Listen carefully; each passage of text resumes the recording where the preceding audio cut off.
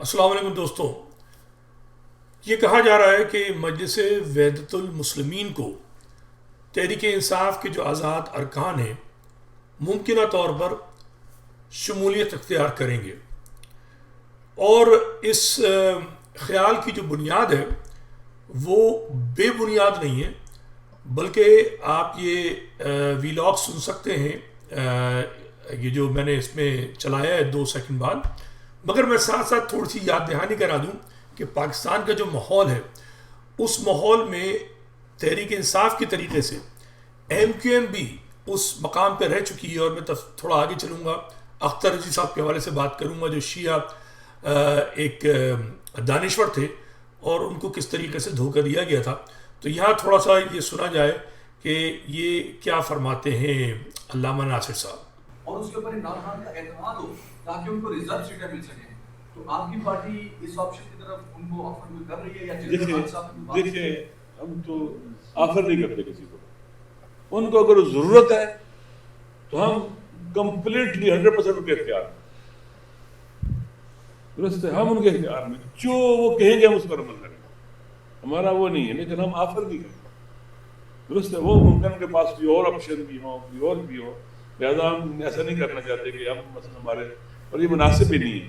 ان کو آزاد چھوڑنا چاہیے کہ بھئی جو وہ چاہتے ہیں وہ کریں، ہم ان کے ساتھ ہیں. ٹھیک ہے نا؟ ایسا تو آپ نے سن لیا کہ انہوں نے کیا کہا، اور ساتھ ساتھ میں تھوڑا سا اس کو پلے کروں گا کہ پارا چنار کی جو سیٹ ہے، ایک ہی سیٹ ایم ڈبلیو ایم کی ہے اور وہ نہیں جیت پاتے اگر تحریک انصاف اس کی حمایت نہیں کرتی. تو یہ آپ نعرے سنیں.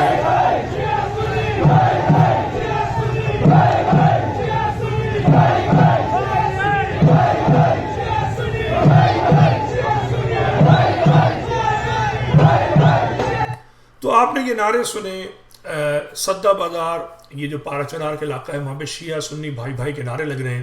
ایم ڈبلیو ایم کا جو کینڈیڈیٹ ہے وہ ہے تو ایم ڈبلیو ایم پارٹی کے ٹکٹ پر، مگر تحریک انصاف کے جھنڈے ہیں.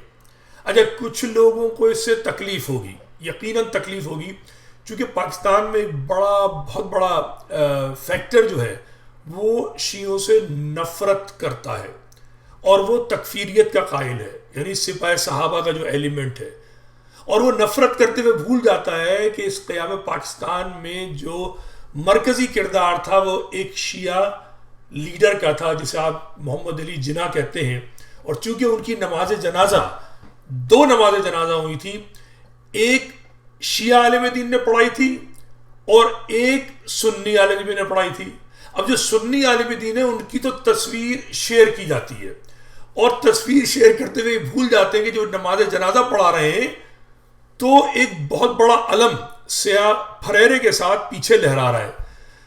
تو پاکستان کا ایک مزاج ہے کہ محسن کش ہے، احسان فراموشی ہے. ٹھیک ہے نا؟ تو یہ جو سلسلہ ہے وہ صرف پورے پاکستان کا نہیں بلکہ اس کا ایک عملی مظاہرہ، جیسے کہ میں نے کہا تھا کہ یہ اختر رضوی صاحب کی تصویر ہے اور میرے والد بھی ہیں اس میں. جو اختر رضوی صاحب ہے ان کا سائٹ نظر آ رہا ہے میری طرف، اور دوسرے میرے والد ہیں، یہ دونوں بہت اچھے دوست تھے. اختر رضوی صاحب جو ہیں وہ الطاف کو الطاف بنانے والے ہیں. اختر رضوی صاحب وہ ہیں کہ جنہوں نے الطاف اس وقت کہ جب سلیم حیدر جماعت اسلامی کی سپورٹ سے مہاجر اتحاد تحریک کی موومنٹ بھرپور چلا رہے تھے، تو اختر رضوی صاحب نے جی ایم سید جو ان کے بہترین دوست تھے ان کے ذریعے تعلقات قائم کر کے اندرون سندھ اور کراچی میں الطاف کو پاپولیرٹی عطا کروائی. کیسے؟ آرگنائز کر کے. ان کے پیچھے اپنے جو ڈیموکریٹک فرنٹ کے جو لڑکے تھے ان کو ساتھ لگایا، اور الطاف جن کو اسلامی جمعیت طلبہ نے جامعہ کراچی سے باہر کر دیا تھا ان کو مرکزی سیاست میں لے کر آئے، تربیت کی. یہ الطاف زیادہ بہتر بتا سکتے ہیں. مگر یہی اختر رضوی کہ جب 87 میں بلدیاتی الیکشن ہو رہے تھے، الطاف کے پاس کوئی کینڈیڈیٹ نہیں تھا. 85 میں وہ جو تھے بالکل کوئی حیثیت نہیں رکھتے تھے، تو انہیں ایک ایسی بردبار شخصیت چاہیے تھی کہ جو میئر کی پوزیشن پر ہو. ٹھیک ہے؟ تو انہوں نے اختر رضوی صاحب کے جو جیل میں تھے اس وقت، مجھے صحیح سے یاد نہیں ہے، اندرون سندھ شاید سکھڑ جیل میں تھے، وہاں سے ان سے دستخط کروا کے کونسلرشپ کے فارم بھروائے تھے کہ یہ ہمارے میئر ہوں گے، مگر وہ میئر نہیں بنائے گئے تھے کیونکہ کچھ لوگ کہتے ہیں کہ سعودی ایمبیسی سے اعتراض آ گیا تھا۔ اب مجھے نہیں معلوم حقیقت کیا ہے، مگر یہ طے ہے کہ جو شیعہ نفرت ہے اس ہمارے ملک میں، وہ شیعوں کے ٹیلنٹ کو روکنا چاہتی ہے، گھبراتی ہے، اس سے پریشان ہوتی ہے۔ اختر عزیز صاحب ایک ملنگ آدمی تھے جو کہ کرائے کے مکان میں رہتے تھے، اور انہوں نے ساری زندگی سادگی میں ایسے گزاری کہ سائیکل میں سفر کرتے تھے۔ ہمارے گھر آتے تھے تو وہ سائیکل چلا کے آتے تھے، ٹھیک ہے، دستگیر سے فیڈرل بی ایریا انچولی کے علاقے میں۔ تو ایک اتنا منکسر المزاج شخص کہ اگر وہ میئر بنتا تو ایک کمال دکھایا تھا، مگر اس کی بدقسمتی وہ شیعہ تھا۔ ایسے ہی ایم ڈبلیو ایم کے آپ نے رہنما کی تقریر سن لی کہ ایم ڈبلیو ایم جو ہے اس نے ایک بلا مشروط موقع دیا ہوا ہے کہ عمران خان صاحب جو ہیں وہ پوری پارٹی اس میں لے آئے، لیکن ایم ڈبلیو ایم انہی کی رہے گی، صرف ایک سیفٹی دی ہوئی۔ اور مجھے میرا خیال ہے کہ وہ پلان انہوں نے اس لیے بنایا تھا جو وہاں پر کیا کہتے ہیں پارا چنار میں جو سیٹ دلوائی ہے، ورنہ ظاہر ہے شیعوں کو سیٹ نکالنا بہت مشکل ہے پاکستان میں، چونکہ وہ اکثریت میں نہیں ہے، وہ اقلیت میں ہے، اور نفرت کی بنیاد پر ان کو شیعہ بنیادوں پہ کوئی جیتنے نہیں دے گا۔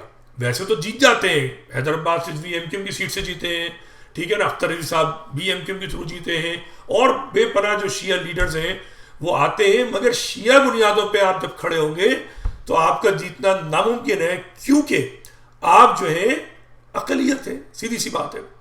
تو پاکستان میں یہ جو شیعہ سنی کے جو نعرے ہیں یہ بہت اہم ہے، اور یہ شیعہ سنی بھائی بھائی جو ہے نا، یہ پاکستان کی جڑوں کو مضبوط کر سکتا ہے، ایک کھاد ہے۔ تو لیکن پی ٹی آئی کے آزاد ارکان کا اس ایم ڈبلیو میں جانا جو ہے بہت سے لوگوں کو کھلے گا، پریشان کرے گا، حالانکہ اس کی کوئی حیثیت نہیں ہے، وہ جسٹ ایک پارٹی پلیٹ فارم ہے تاکہ پی ٹی آئی جو ہے وہ عورتوں اور اقلیتوں کی سیٹیں بھی لے کر اپنی عددی برتری دکھا سکے۔ مگر شیعہ نفرت ہے، کیا کریں، اس کی بات آئے گی۔ تو میں نے کہا اس حوالے سے تھوڑا آپ کو بتا دوں جو ٹینڈنسی ہے کہ پاکستان میں شیعوں سے نفرت کی، وہ اس کو دیمک کی طرح سے کھا رہی ہے، اور اس کا خاتمہ بہت ضروری ہے پاکستان کی بقا کے لیے اور مہاجروں کے لیے۔ تو میں بار بار یہ کہتا ہوں کہ شیعہ سنی جھگڑا ہمارے لیے ایک اذیت ہے۔ بدقسمتی سے ایم کیو پاکستان نے اس دفعہ سپاہ صحابہ سے الائنس کیا ہے، اور سپاہ صحابہ شکر ہے کہ ہار گئی ہے، اور سپاہ صحابہ جو ہے کوئی سنی پارٹی نہیں ہے، یہ ذہن میں رہے۔ سنی پارٹیوں میں جے یو آئی ہے، سنی پارٹیوں میں جماعت اسلامی ہے، سنی پارٹیوں کے اندر تحریک لبیک ہے۔ سپاہ صحابہ جو ہے وہ تکفیری پارٹی ہے، سپاہ صحابہ دہشت گرد پارٹی ہے جو اپنے جلسوں میں کافر کافر شیعہ کافر کے نعرے لگاتی ہے، اپنی تقریروں میں شیعوں کو قتل کرنے پہ اکساتی ہے، اس کے کئی لیڈر جو ہیں شیعوں کے قتل میں ملوث ہیں، ٹھیک ہے۔ ایم ڈبلیو ایم سمیت جتنی بھی شیعہ پارٹیاں ہیں وہ ایسا نہیں کرتی، شیعوں کو قتل، سنیوں کو قتل پہ نہیں اکساتی، بلکہ وہ احترام اور پاکستانیت کے جذبے سے بڑھتی ہیں۔ تو یہ بہت اہم ہے، میں نے کہا اس نکتے پہ بات کر لوں چونکہ یہ تھوڑی سی گفتگو کا موضوع ہے اور شاید کسی کو دلچسپی ہو۔ خدا حافظ۔